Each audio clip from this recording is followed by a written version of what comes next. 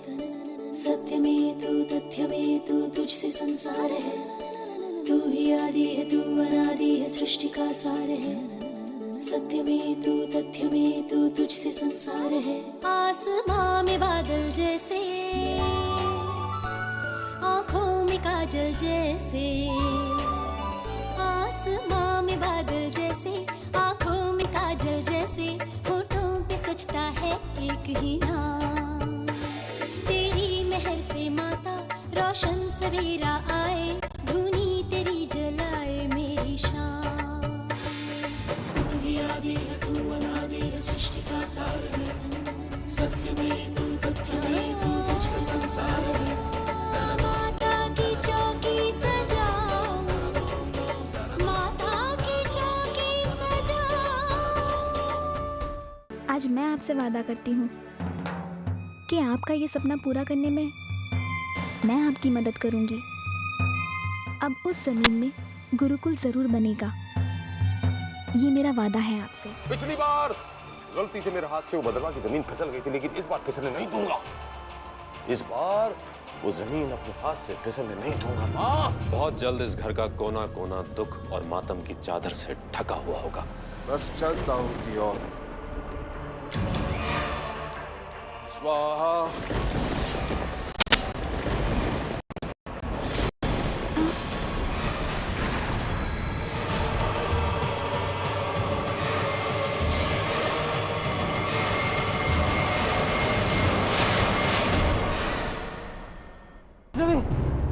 वंश, क्या हुआ आपको? आप ठीक तो हैं? क्या हुआ वंश? कुछ पता नहीं, अचानक मेरा सर चकराने लगा और मेरी आंखों के सामने अंधेरा सा छा गया। वंश, आप थक गए होंगे, थोड़ा आराम कर लीजिए, आपको अच्छा लगेगा। हो सकता है। हो सकता नहीं, यही बात है। तुम लोग कितने लापरवाह हो, अपनी सेहत का ध्यान ही नहीं रखते। इसे बिस्तर से उठने मत देना, और अगर जिद करे तो इसे डांट लगाना। जी, चलिए अब आराम कर लीजिए। उठो बेटा। पहले ऐसा कभी नहीं हुआ, पता नहीं अचानक क्या हो गया। कोई बात नहीं, आप चलिए आराम कर लीजिए। जाओ बेटा।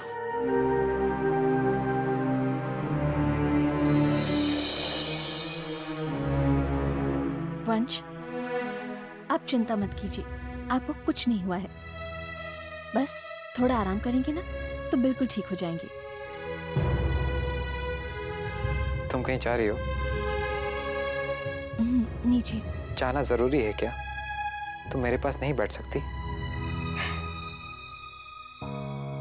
वंश, छोटे पापा जी कुछ परेशान से लग रहे थे और उन्हें मुझसे बातें भी करनी है, तो आप आराम कीजिए, मैं नीचे जाती हूँ। ठीक है, मैं तुम्हारा इंतजार करूंगा।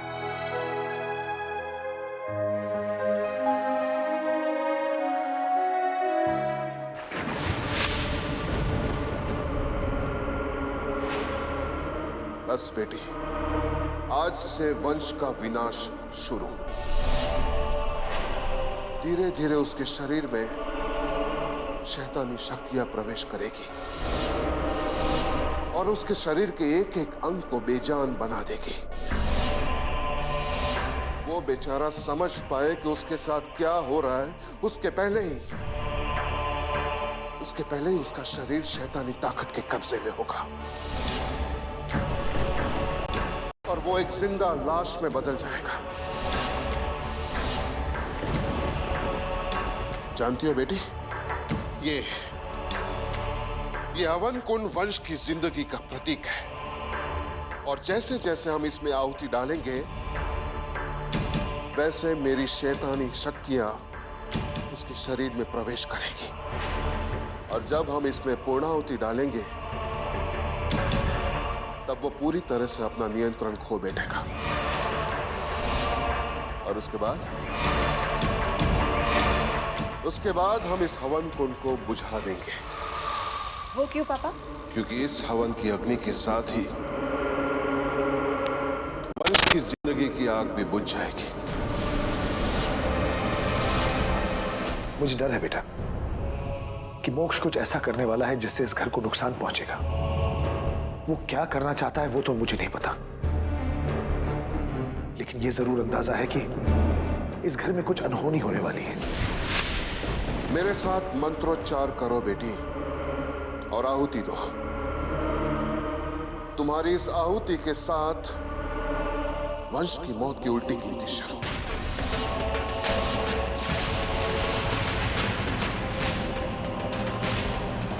अब ये नहीं पता चल रहा कि उसके दिमाग में क्या चल रहा है।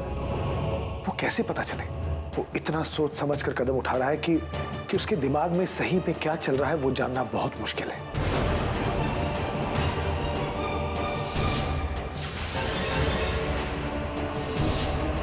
लेकिन इस घर में एक सदस्य तो है जो मोक्ष के बारे में जानता है। उसका हमराज है। कौन है वो? मधुरा।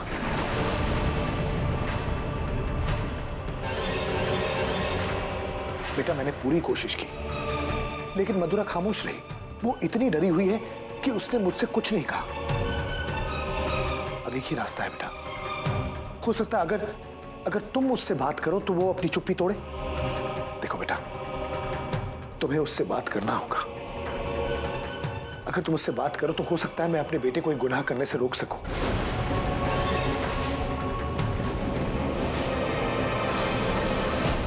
जब तक सच्चाई का पता ना चल जाए इस बारे में किसी से जिक्र मत करना बेटा। छोटे पापा, आप फिक्र मत कीजिए। मैं अभी जाके मधुरा दीदी से बात करती हूँ।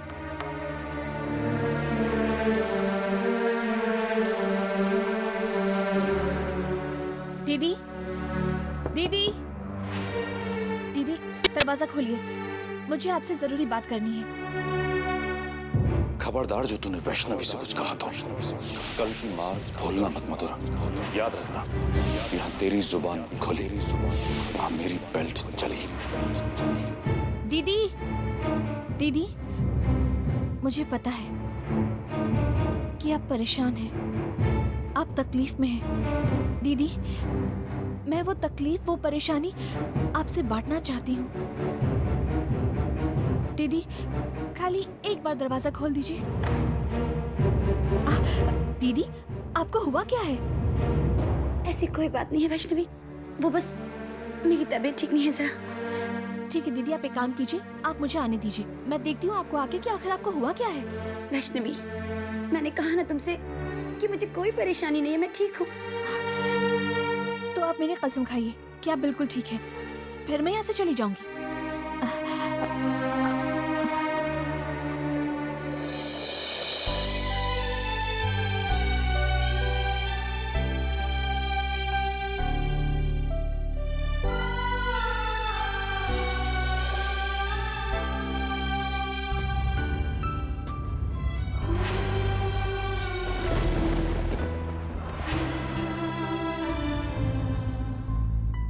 दीदी, ये सब क्या है? कुछ नहीं वैष्णवी, वो बस मैं बाथरूम में गिर गई थी, गलती मेरी थी। पता नहीं मेरा ध्यान कहाँ था, मैंने देखा ही नहीं कि वहाँ फिसलन है और मैं गिर पड़ी। मैं ठीक हूँ, अब तुम जाओ जाओ। दीदी, आपको कुछ कहने की जरूरत नहीं है, मैं सब समझ गई।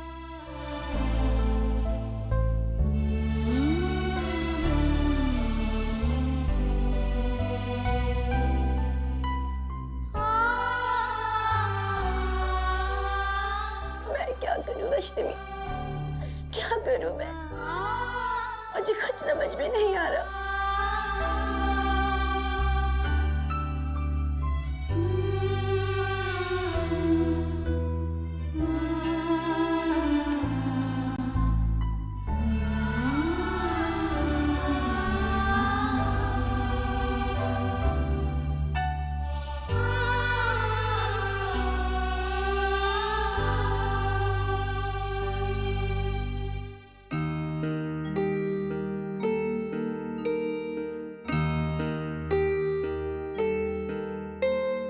दीदी, अब आपको कुछ भी सोचने की जरूरत नहीं है। मैं हूं ना आपके साथ।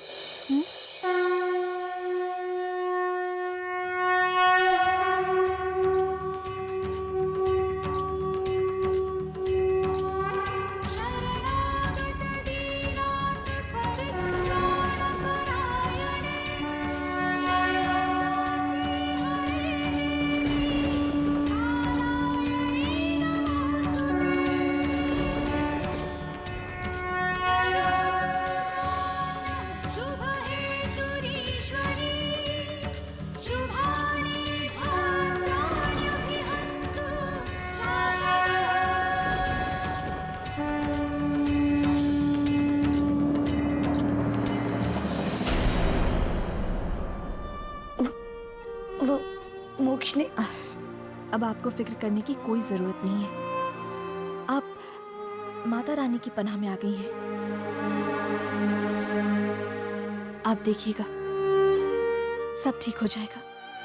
अब मोक्ष भैया आपके साथ कुछ भी नहीं कर पाएंगे।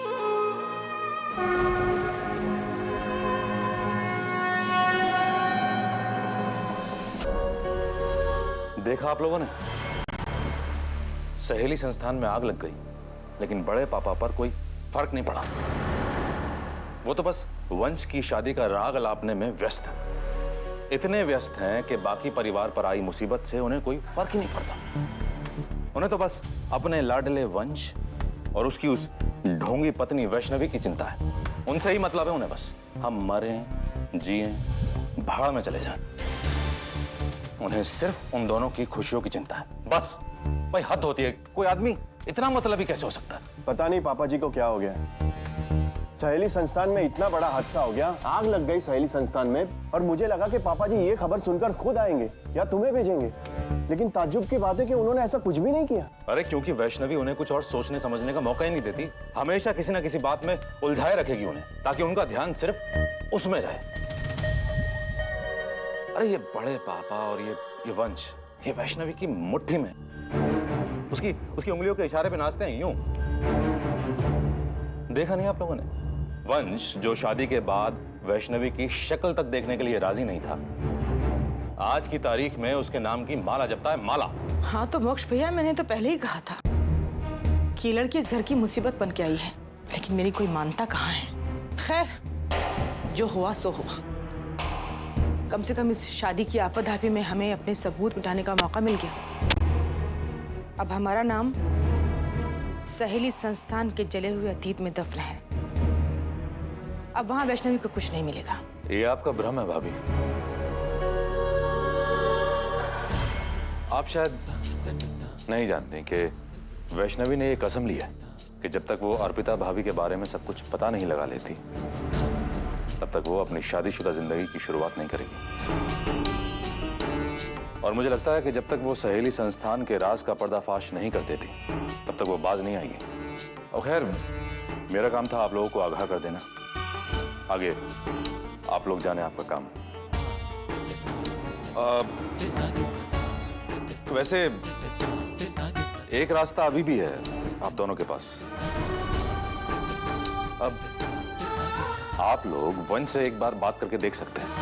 हाँ, उसे समझाने की कोशिश कर सकते हैं कि भाई ये अपने परिवार की इज्जत की खातिर वो ये जांच रुकवा दे। अब आपका छोटा भाई है, आपकी बात तो मानेगा ना? नहीं? कैसी बातें करते हैं मोक्ष भैया आप? आपको अच्छी तरीके से मालूम है ना कि इस घर में गौतम के बाद की कोई वैल्यू नहीं है। अगर होती तो हमारी जिंदगी में ये नौबत नहीं आती। आप ठीक कह रही हैं भाभी। बेचारे गौतम भैया बड़े मासूम हैं, भोले से हैं। इतने सालों से पता नहीं कैसे इतनी नाइंसाफी, इतनी बेइज्जती बर्दाश्त कर रहे हैं। अब बुरा मत मानिएगा गौतम भैया, लेकिन मैं सच कह रहा हूं भाभी। अगर मैं गौतम भैया की जगह होता ना, और मेरा छोटा भाई ये वंश जैसा होता, तो मैं उसकी जान ले लेता, जबान खींच लेता।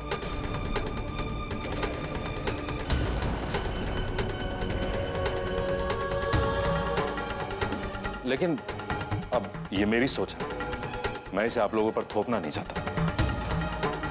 मैं आप लोगों को सावधान करने आया था, सो कर दिया। अब आप लोगों को जो सही लगता है आप कीजिए।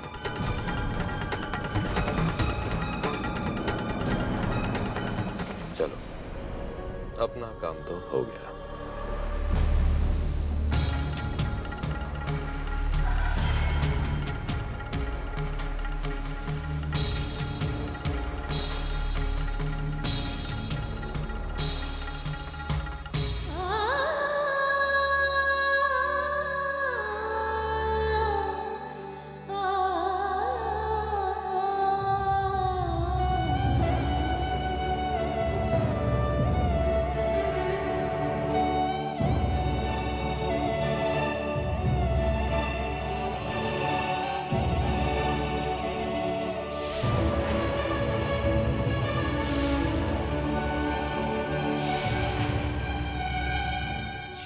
अफसोस की बात यह है बेटा कि मोक्ष ने उसे इतना डराया धमकाया है कि वो अपना मुंह ही नहीं खोल रहा। मैं क्या करूं वैष्णवी, क्या करूं मैं? मुझे खुद समझ में नहीं आ रहा। क्या मैं तुम्हारी मदद कर सकता हूँ? आप? अरे अरे आप बैठिए तो सही।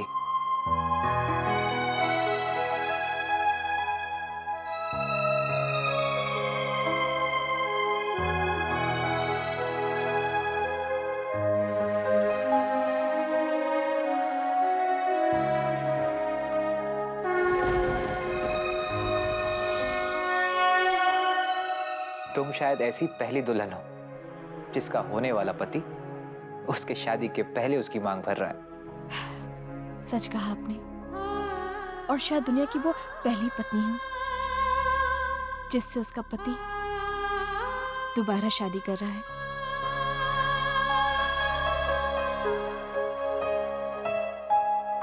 वो सब तो ठीक है, लेकिन मुझे ऐसा क्यों लग रहा है कि खुशियों के बीच कोई परेशानी छिपी है? कोई तो बात है वैष्णवी जो तुम्हें परेशान कर रही है। मुझे डर है बेटा कि मोक्ष कुछ ऐसा करने वाला है जिससे इस घर को नुकसान पहुंचेगा। वो क्या करना चाहता है वो तो मुझे नहीं पता, लेकिन ये जरूर अंदाजा है कि इस घर में कुछ अनहोनी होने वाली है। और हाँ, जब तक सच्चाई का पता ना चल जाए इस बारे में किसी से जिक्र मत करना बेटा। नहीं वंश, ऐसी कोई बात नहीं है, बस थोड़ी सी घबराहट है। करेक्ट है, वैसे तो मैं भी थोड़ा सा नर्वस हूं। अरे बाबा शादी है, बहुत सारी तैयारियां करनी है। नीचे चले। और आपकी तबीयत? तबीयत? जब तुम मेरे साथ हो तो मेरे तबीयत को क्या होगा? मैं बिल्कुल ठीक हूँ। लेकिन क्या? देखो कल दूल्हा बनने की खुशी में मेरी तबीयत बिल्कुल चंगी हो गई है। देखो अब देखना वैष्णवी, कल के बाद हमें कोई जुदा नहीं कर सकता। साथ रहेंगे, साथ जिएंगे, है ना?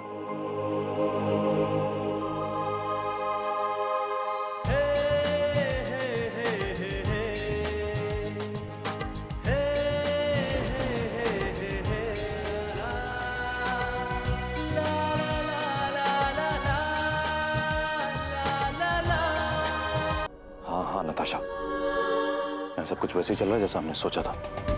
इनफैक्ट अभी कुछ ऐसा हुआ है जिससे हमारा रास्ता और भी साफ हो गया। अब अगर वंश को कुछ हुआ भी तो उसका शक हम पर नहीं, संयुक्ता और गौतम पर जाएगा। वैसे नताशा मैं देख रहा हूँ कि अभी तक तुम अपने मकसद में कामयाब नहीं हुई हो, क्योंकि वंश अभी तक जिंदा है और बहुत खुश भी है, अपनी पत्नी के साथ हंस बोल रहा है, खड़ा हुआ है। एक बात याद रखना नताशा, अगर शादी से पहले वंश को कुछ नहीं हुआ तो मैं तुम्हें दोबारा मौका नहीं दूंगा। तुम बिल्कुल निश्चिंत रहो मोक्ष। जब नताशा ने तुमसे एक बार कह दिया कि 24 घंटे में वंश ये दुनिया छोड़ देगा, तो बस वंश ये दुनिया जरूर छोड़ देगा। अब बस तुम देखना कि कल अमावस की काली रात वंश पर कितनी भारी पड़ती है। तुम बिल्कुल बेफिक्र रहो मोक्ष, सब कुछ वैसा ही होगा जैसा हम चाहते हैं। आई होप कि ऐसा ही हो। मुझे हर हाल में वंश की मौत चाहिए। मैंने कहा ना मोक्ष, तुम बेफिक्र रहो, अब यहाँ पर कोई गलती नहीं होगी। मोक्ष भैया,